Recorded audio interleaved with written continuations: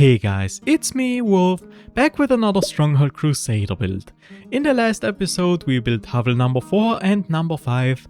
In this episode we're going to build Hovel number 6. I hope it's not getting too boring for you when I'm building Hovel after Hovel after Hovel, but I really wanted to make all of them in one go to then move on to other buildings.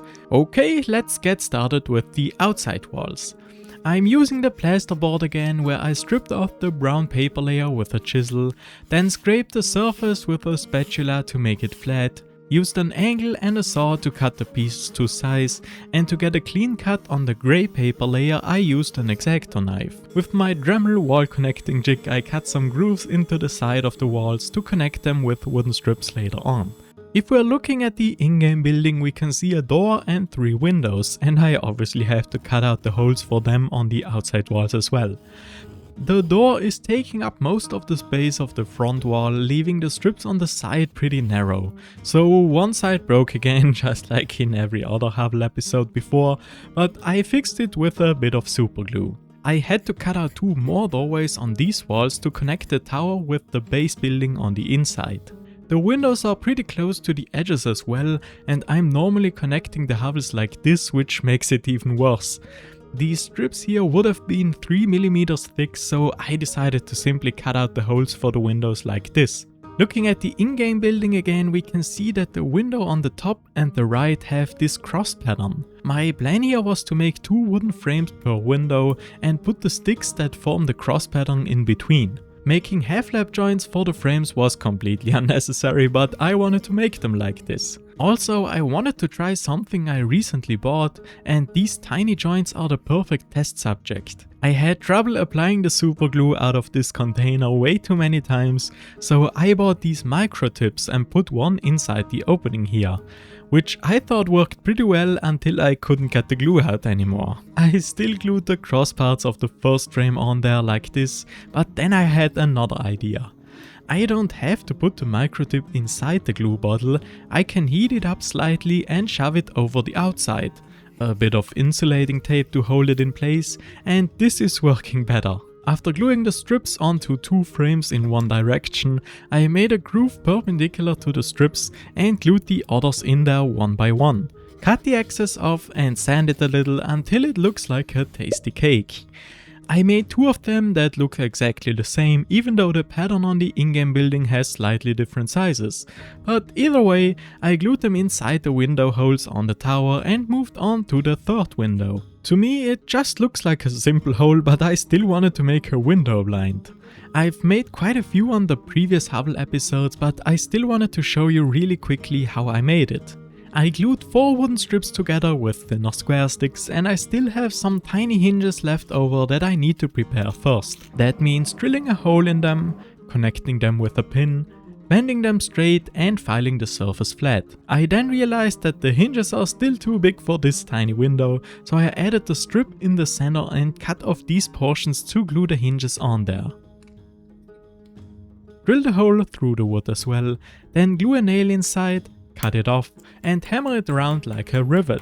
I marked where the hinges are supposed to go on the wall and did pretty much the same steps minus the riveting stuff.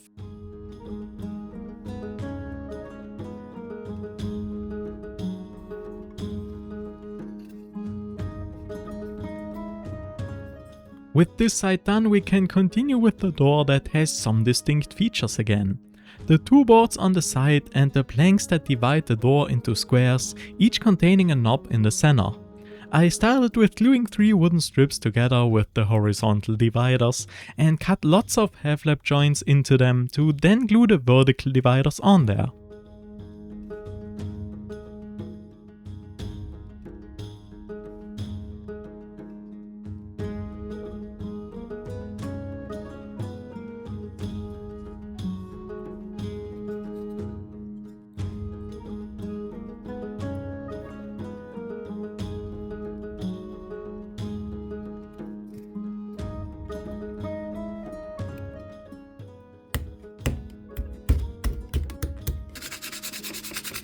I attached the hinges in the same way I did for the window, and that was the last major step for the main walls. As you can see, I've already glued the wooden strips inside the grooves.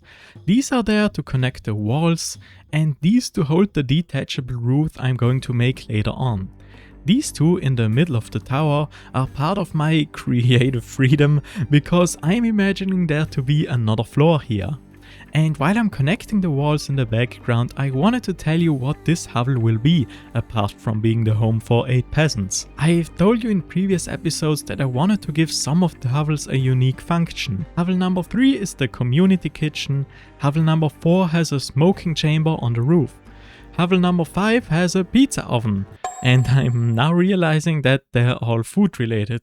I guess we can argue whether or not they're unique, but let's make this hovel something truly unique. My idea stems from one specific detail on the roof, which I believe is supposed to be a hookah. Maybe it could be a teapot, but I just really like the thought of someone sitting on the top of the roof, drinking some wine out of the clay pot and smoking a little while watching the sunset. So I thought this could be a great hookah bar or tea bar. After connecting the walls, I covered them with the slow drying plaster mixture and let them dry for a bit to then use this brown powder and some water to adjust the color.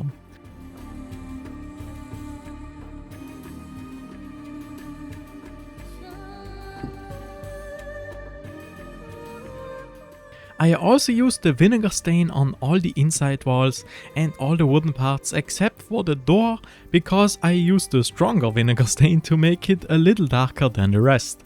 While that was drying, I also made a mold for the 2 removable roofs with a thin MDF board on the bottom and some gypsum on top. And on the next day comes the best part.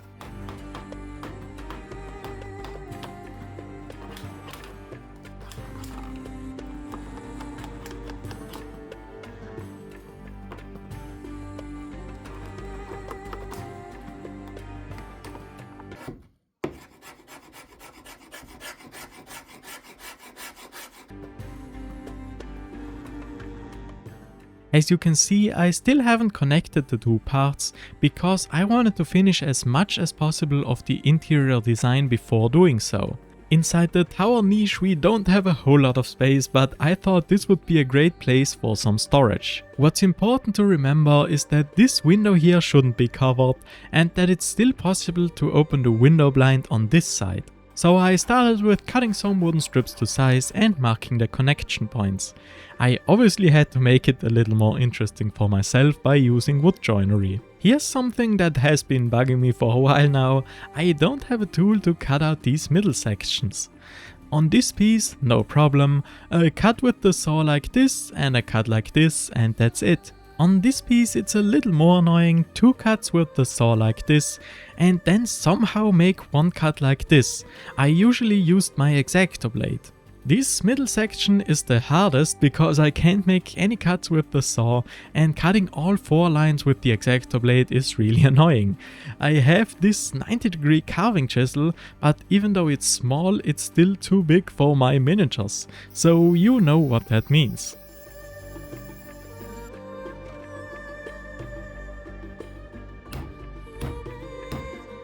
Well, still not a great result, but it kinda works.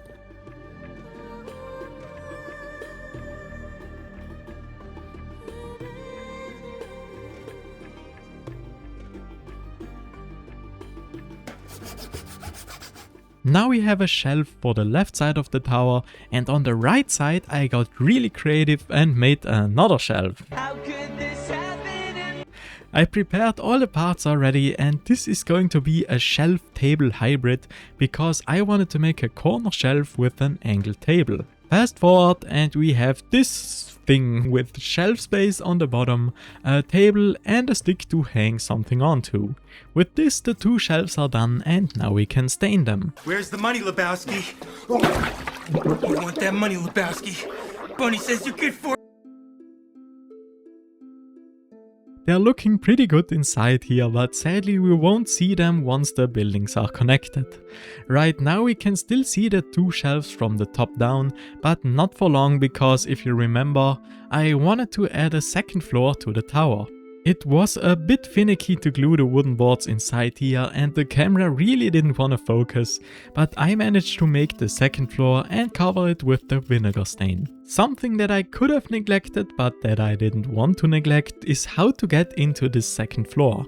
A ladder inside the tower would take up a lot of space on the ground level and the second floor, and I personally would be really annoyed if I went into a bar and had to climb a ladder to get to the second floor, so I had to think of a different method. After some thinking, I knew that I wanted to make a doorway inside this wall here, however I didn't know how to get onto the roof yet, but more on that later. For the interior of the second floor I wanted to make a round coffee table with 4 oriental stools, something that looks like that. So I grabbed a sheet of maple, drew a circle on there with a caliper and divided the circle into 3 equal parts to make a 3-legged coffee table. For the legs themselves I used some meat skewers and I obviously couldn't just glue them inside, I had to use a darker piece of wood to create some wedges. And honestly, I think this turned out looking pretty good. The stools were a little more difficult to make, mostly because I didn't know how to wrap a piece of fabric around a cylindrical object. I started with cutting a piece of a stick and wanted to make a jute seating bag, then wrap this cloth around it and glue it in place with super glue, which wasn't the best idea. Then I tried it a few more times in different ways and I ended up with this version where I can glue the sides onto the stick one by one and later cut off the excess on the bottom. This is looking pretty good for my standards, but it could be a little shorter for this coffee table, so I cut 4 shorter pieces of the stick and wrapped different parts of the fabric around them to create this cozy room.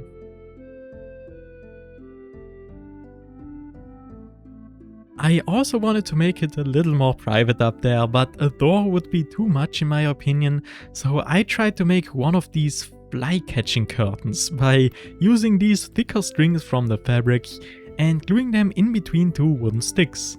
With that detail done, there is no more space left on the second floor, so let's move back down to the first floor, where we are also not really blessed with space. A big portion is taken up by the door, and there should also be enough space to enter the storage room, so we can make something for this corner and maybe a little detail on the left here. Something that every medieval home has to have is a fireplace variation. In this case, assuming that this hovel is a hookah and tea bar, it's also necessary to warm up the water for the tea and the coals. I wanted to make a metal oven out of a single sheet this time, even though it didn't work all too well for the round bakery oven, but maybe a square oven is easier to make.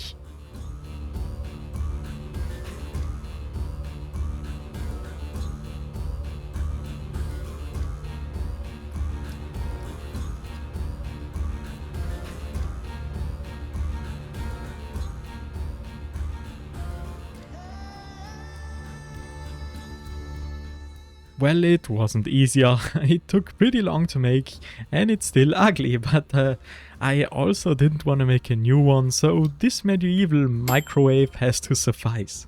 To make it look a little better, I made a very simple wooden frame where I can glue it into, well, not like that.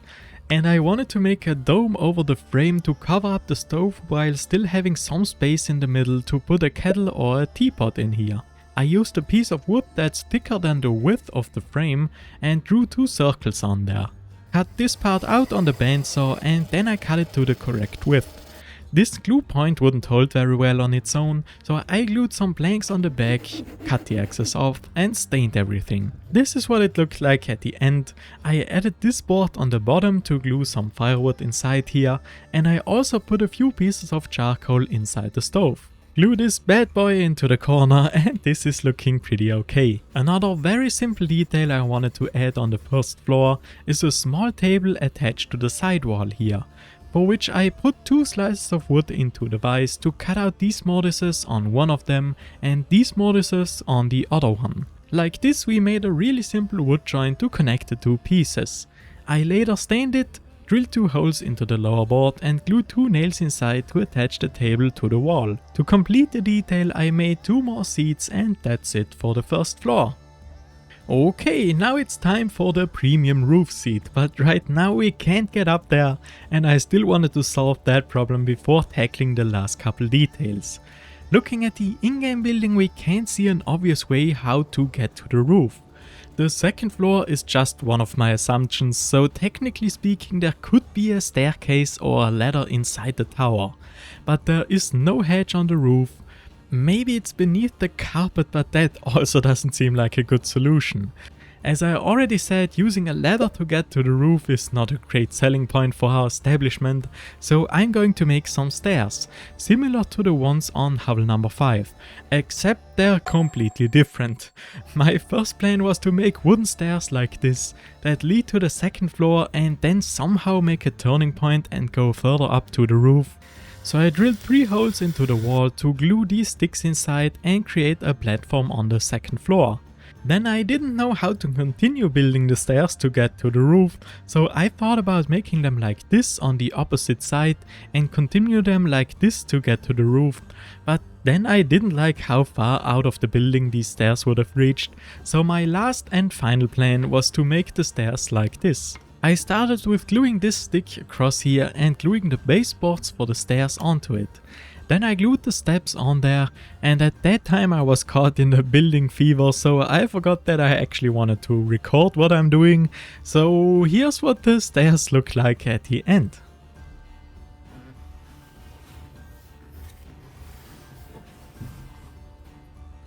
I added these poles to support the stairs on the side and glued some sticks into the tower to further secure the stairs leading to the roof. A railing wouldn't have been a bad idea, but I thought that these stairs are already looking pretty bulky and a railing would just be too much. And now that I knew the outline of the hovel, I glued the entire building onto a base plate, and the only thing left to do is to stain everything.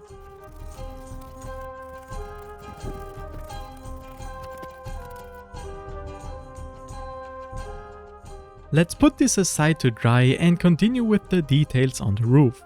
The hardest part is obviously the hookah, so let's begin with that one. My plan was to turn the shape on the wood lathe and make a silicone mold to then fill it with epoxy resin.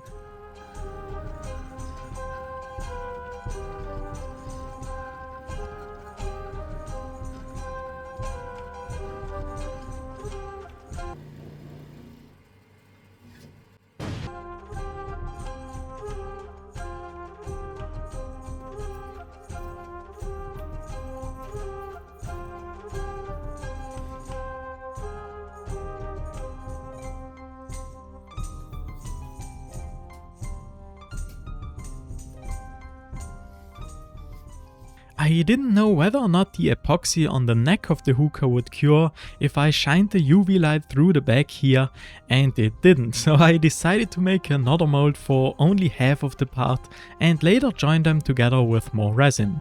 I always like how this is glowing, it almost looks like a mana potion, and after some shaping with the X-Acto blade we have a glass hookah body. There are still a few more things we have to make. There is the ashtray and the bowl where the coals and the tobacco are. There is the metal beginning of the hose itself and the mouthpiece, and in this case there is also a metal plate beneath the entire thing. I thought it would look good to make the ashtray and the plate out of the thin sheet metal and to make the bowl and the metal hose parts out of copper.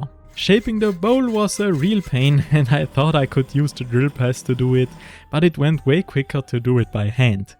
Then I wanted to drill a 1.5mm hole in the top of the bowl, and no kidding, I think I broke 6 drill bits while doing so.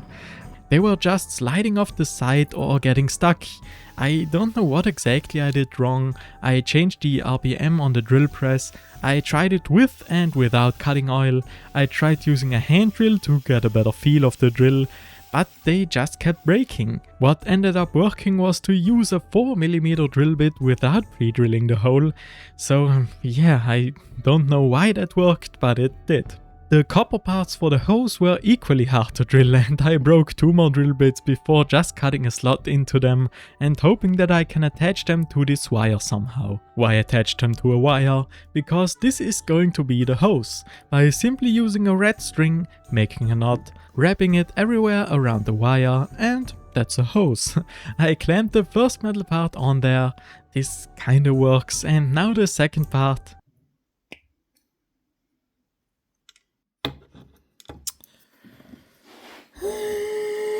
I remade the part and glued the hose into a hole I made on the body, and because the hose is a wire, it's really easy to bend into a realistic looking shape. The ashtray is a simple piece of sheet metal with a hole in the center, and I used this metal punch to give it a slight bend.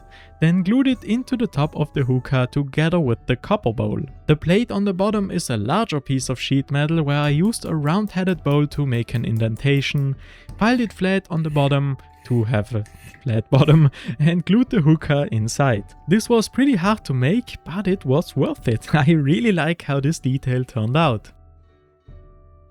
On top of the roof is a rug, for which I used the same technique I used in the marketplace video. This works really well and is very easy. I just used a simple color printer and a piece of label printing paper. Removed a part of the non-sticky foil and attached a white piece of fabric to the sticky side. I printed a picture of a Persian rug on there, and that's already it. You just have to make sure that the fabric is attached nice and flat to the paper, or it will jam up inside the printer. Don't ask me how I know.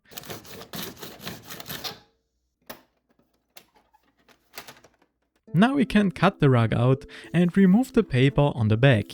You can also see that I left a little extra on the sides here for the bristles, by simply pulling out a few of the vertical strings. In my opinion, this small step really makes a difference on how realistic the rug is looking. In the corner is a clay vase, and there's nothing special about it. Oh my god! I used the air drying clay and shaped it around the nail, cut it off with the X-Acto blade, and that's it.